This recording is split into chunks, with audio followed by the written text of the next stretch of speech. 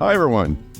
Today's episode may be about Amazon's reinstatement of office hours, but it's about all of us. I am a loyal Amazon consumer. I sell on Amazon, and I have family members who work for Amazon.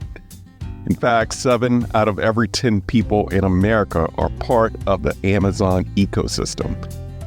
But like any organization, there is no such thing as perfection. The purpose of this podcast is to help awaken workers who are facing career burnout to find and redefine a deeper purpose in life, to spend time wisely with no regrets, and to find the balance in a culture that glorifies hustle. Though I've been an advocate for remote work for the majority of my career, I realize that we can't all be remote. We are all called to different places, to go at different paces. Only you can determine your current season and where you need to be and how fast you need to go. And before I dig into Amazon for the good and the bad, don't forget that this podcast is an audio version of the Work Life You by OSIS newsletter. In this week's newsletter, I'm including a wide array of helpful resources for those that may be stuck in between work-life conflict that is potentially pointing you towards greener pastures. If you're a remote enthusiast like myself and looking for a different way of life that gives you freedom to have balance, sign up for the free newsletter at ownyour5to9.com. We'll be right back.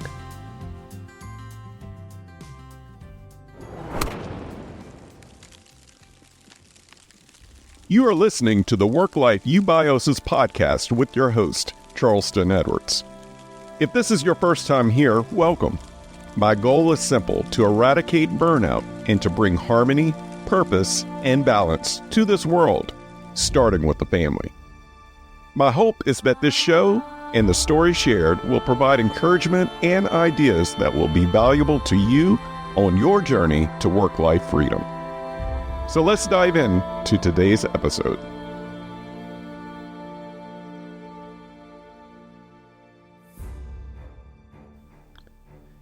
Amazon is the only business that can claim 70% of all American homes as customers. The prime model of instant delivery is a win-win for both Amazon shareholders and American consumers. Amazon has transformed the global economy, and the global economy is feeding Amazon.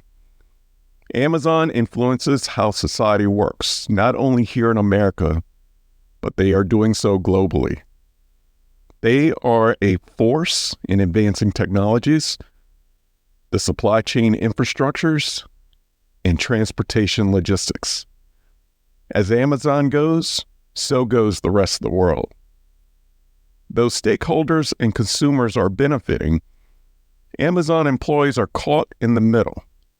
With over 1.5 million employees, there is a broad mix of those who are thankful to have a job, those who are loving showing up in their true purpose at Amazon, and those who want nothing more to find their job after Amazon. Speaking of after Amazon, Amazon just delivered a shocking message that will send thousands back into the job market. Amazon is on the verge of experiencing the Great Resignation 2.0. If you missed it, Amazon delivered a return to the office alert on Monday, September 16th, 2024, to their global workforce. By the way, there is never a good day for receiving bad news, but getting it on a Monday makes for a very long week and probably a severe drop in productivity. To summarize the recent letter from Amazon CEO Andy Jassy, he says, employees must return to their desk starting January 2nd, 2025. We've decided that we're going to return to being in the office the way we were before the onset of COVID. For many employees, this means bringing back 2+ hour commutes, hiring childcare, and moving back to the city to cut on commuting time. There is more than a tweak to the schedule here. This is a full lifestyle reset for a lot of people that's being imposed on a system that is not broken. For a company that has innovated consumer returns with thoughtful solutions and partnerships through UPS, Amazon Lockers, and Kohl's, it's pretty confusing that they aren't innovating the return to the office approach.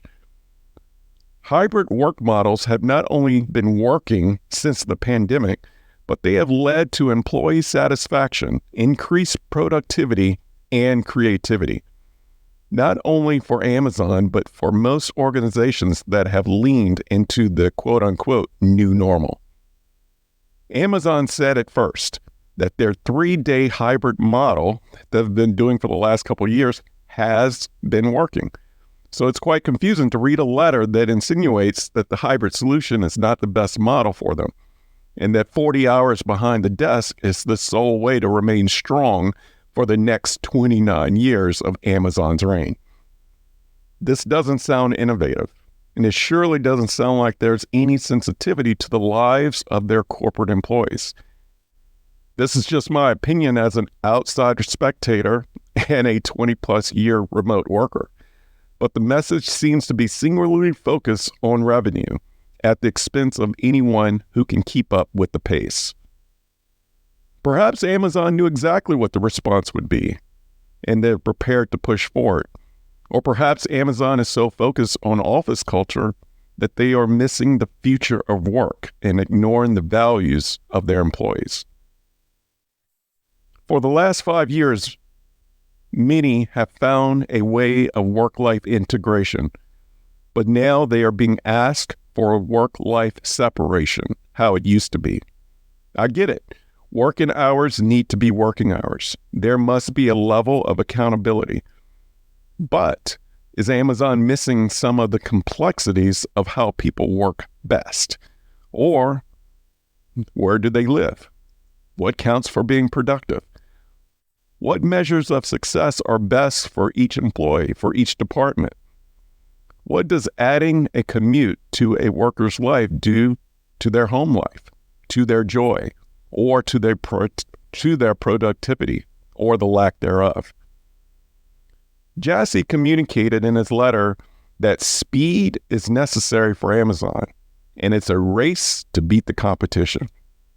Jassy believes that bringing people together is the sole way to learn, model, practice, strengthen a culture, to collaborate, to invent, and to be better connected. I get it. The point is taken. But this philosophy is more of a recipe for burnout, especially for the employees who have much more going on in their lives beyond their desk.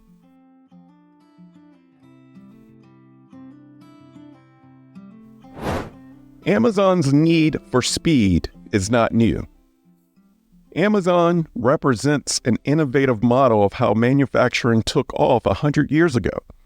In the early 1900s, the industrial age was born by innovating productivity to feed our society's consumerism. Human speed was put to the test in conjunction with machines advancing. Today, we are seeing the same simultaneous advancement with AI and the push for human productivity. This duality of how we work with advanced automation has been and will always be a source of contention. In the book called Arriving Today by Christopher Mims, who is a Wall Street technical columnist, Mims points to the management philosophies of Frederick Taylor on today's society. Taylor, who was born in 1856, was known for improving the mass production of goods in the Industrial Revolution by creating better models of productivity of humans, and efficiency for skilled workers. His management models and his need to see you work mentality led to factory workers punching the clock. Taylor sped up humans as Henry Ford sped up machines. Both Ford and Taylor were enamored with speed and productivity in competitive markets. And as a result, the 40-hour work week was born to protect overworked workers. 100 years later, even with all of our advanced technology systems and automation, we are still punching the clock. Frederick Taylor and all his principles on productivity and efficiencies are the Amazon philosophies. Advancing automation plus human productivity must be improved upon to keep up with consumerism. Taylor needed to see people in the factory. Amazon needs to see people in the office. The irony is that people are still being treated as machines. This leads to a question that all organizations are asking. Are there ways to remain productive and competitive without being in the office 5 days a week? The clear answer is yes. Amazon employees agree for the larger part, and they are revolting just like laborers did 100 years ago. This time, it's not about the 40-plus hours in the factory. It's about the 40-plus hours in the office. Return to the office has benefits, but the 40-hour rule was established for fair labor laws for factory workers. 40 hours was the compromise for the time it took to make widgets, not for meetings and emails. The pandemic exposed the 40-hour work week rules as being ancient. The pandemic gave us amazing data on the heart of the human condition, what matters. People prefer a purpose beyond the career, and the Great Resignation was a collaborative and contagious revolt against the corporate ladder climbing lifestyle. There is more, and there is a better way. Being in a professional workplace works for factory, widget making, on-site positions, trades, first responders, and transportation professionals, just to name a few. But a cubicle is not the sole model for knowledge work.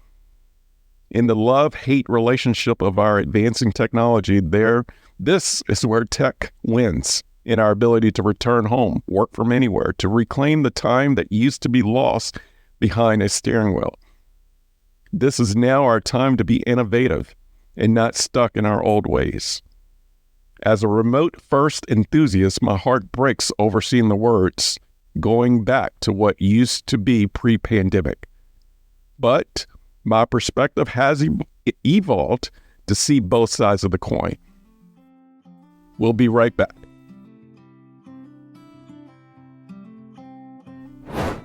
This episode is brought to you by Own Your 5 to 9, an organization committed to freeing families of the rat race and burnout.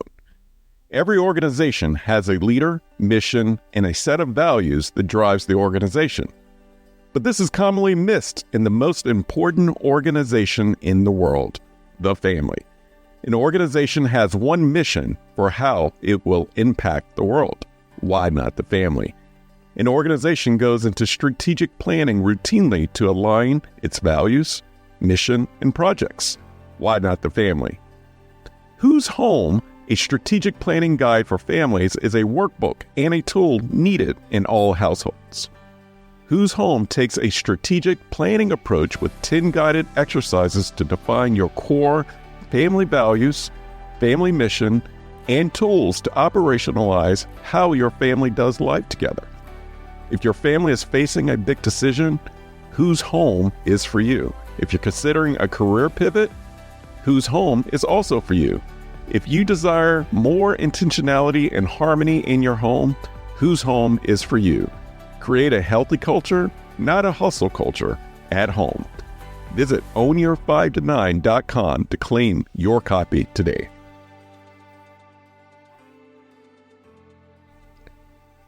There are pros and cons about returning to the office. So let's take a look at both sides of the coin. Let's start with the good. Number one, some people consistently need face-to-face to be able to be productive. The extroverts, the talkers, the creators who love collaboration and crave community, they thrive with others around them. Community and face-to-face interaction is good for any culture. Number two, there are people that need jobs, and Amazon is creating opportunities for people to enter into the workforce, build experience, gain life skills, and to get paid well. Not only in the U.S., but around the world. Those fresh out of college and the Gen Zers who don't have other mouths to feed in life yet can benefit from the speed, the commitment, and focus expected by the Amazon leadership. Number 3, the Amazon mission has made the convenience of purchasing goods easier all across the globe, especially for Americans. I can criticize the Amazon culture, but I cannot criticize the results of Amazon because I am part of the 70% who are consistently investing in what they deliver. Amazon may be great, but not everyone is great for Amazon. There must be alignment between the season and values of the employee to the mission and purpose of the organization. What Amazon is getting wrong is trying to force everyone into a one-size-fits-all model of work. So let's look at the other side of the coin. Number 1, there's a lack of a diverse approach. Of their 1.5 million employees, the mandate to return to 40 hours a week in a physical office, with a few exceptions, just blew the heads of thousands of their workers. Everyone works differently and has a different approach based on their skills, talents, and design. There is beauty in how diversity can lead to harmony. This even includes the diversity in how people come together to work. Amazon is missing this opportunity. Number 2, ignoring employees' response. Protests and picket lines happened in 2023 when the hybrid model of 3 days a week took effect. We can only imagine what's going to happen now that we are returning to the early 1900s approach. Did Amazon learn anything from the 2023 protests, or have they just doubled down to a return to normal? Number 3, hustle has become a priority. Amazon CEO said it himself, their culture is unique. This is correct. They operate as a startup. Amazon has doubled down on its version of the hustle culture that is racing to be the best for the next 29 years. This breakneck speed is due to our desire for instant gratification. Slow is not a value or part of their mission.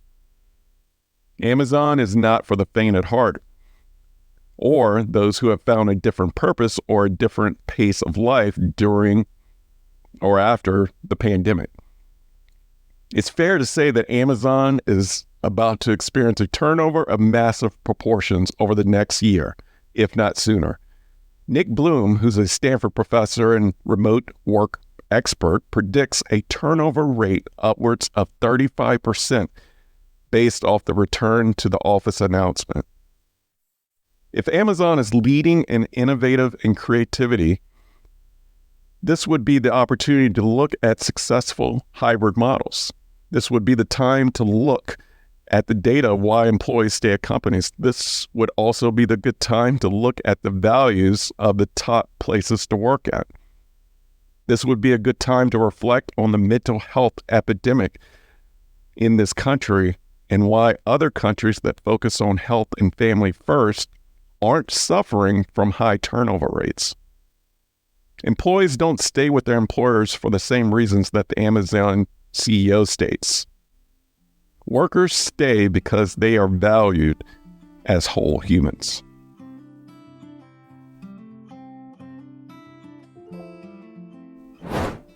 Whole humans have families. Whole humans have values. Whole humans have homes, aging parents, young kids. They are brothers, sisters, nieces, nephews. They have hobbies, communities, character-building rituals, health goals, and so much more than what happens in the office. What Amazon is getting right is that location matters. What they are getting wrong is that one location is the only solution for their cohort of computer workers. Drawing the boundary line of working 9 to 5 in a specific location is great for an organizational mission. Legally, every organization should have protocols in place for when, where, and how work takes place. But where a lot of organizations are stumbling is on the who. For Amazon, it appears that through their public declarations that there's only one who that they care about, and that's the consumer. Organizations getting it right respect not only the consumer, but the who that is working on behalf of the customer. There's nothing legally wrong with the return to office order, even though the popular opinion would say that this is one-sided. It's a business decision and Amazon's prerogative. But there are many personal decisions that must be made now by January 2025. A decision to go back to the office is a decision about how each employee will spend their time. Commuting, office conversations, face-to-face meetings will be added back to the work days, 5 days a week. All have pros and cons to the lifestyle of each employee. What would you do?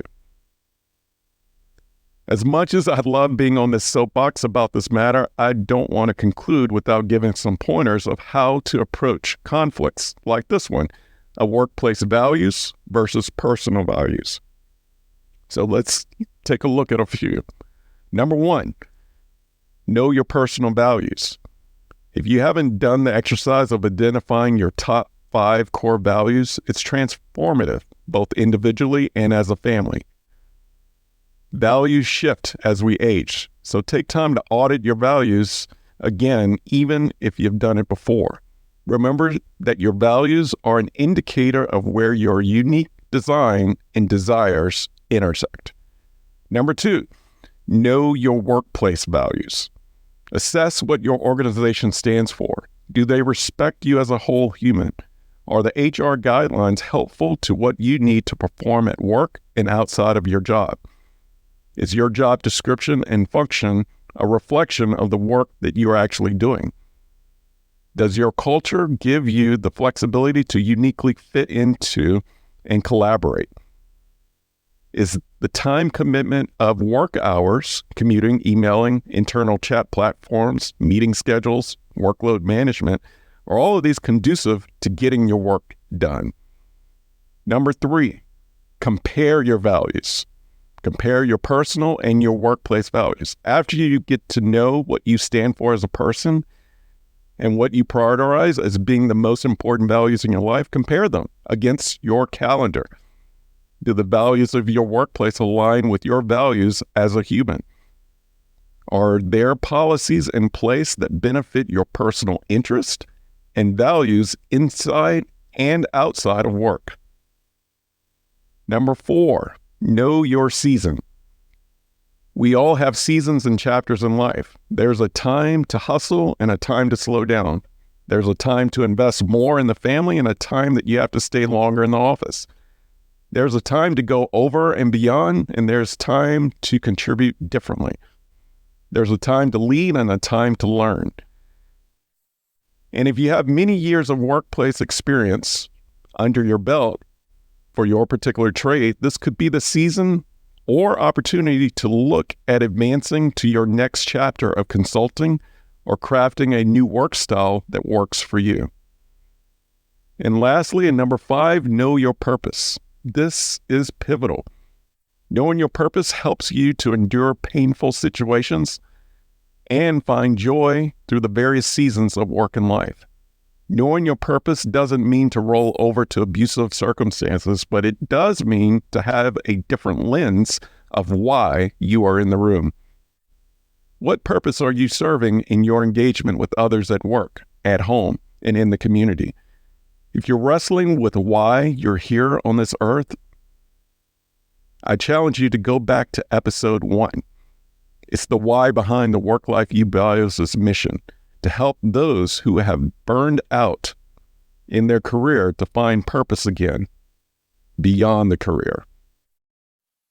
Lastly, if you work from home and would like to retain your autonomy to work remotely, I have a full library of resources listed in my newsletter. I encourage you to visit ownyour5to9.com and sign up for the Work-Life Eubios newsletter. There are so many benefits to slowing down from the hustle as a full lifestyle approach to improve your mental health, your circadian rhythms, family relationships, and community involvement. Slowing down or finding permanent remote work may just involve finding greener pastures, starting your own consulting business or side hustle, or choosing to take a different role at your existing employer. There are options, and you do not have to be chained to the desk when someone else's initiatives are in conflict with your values, your season, and your purpose.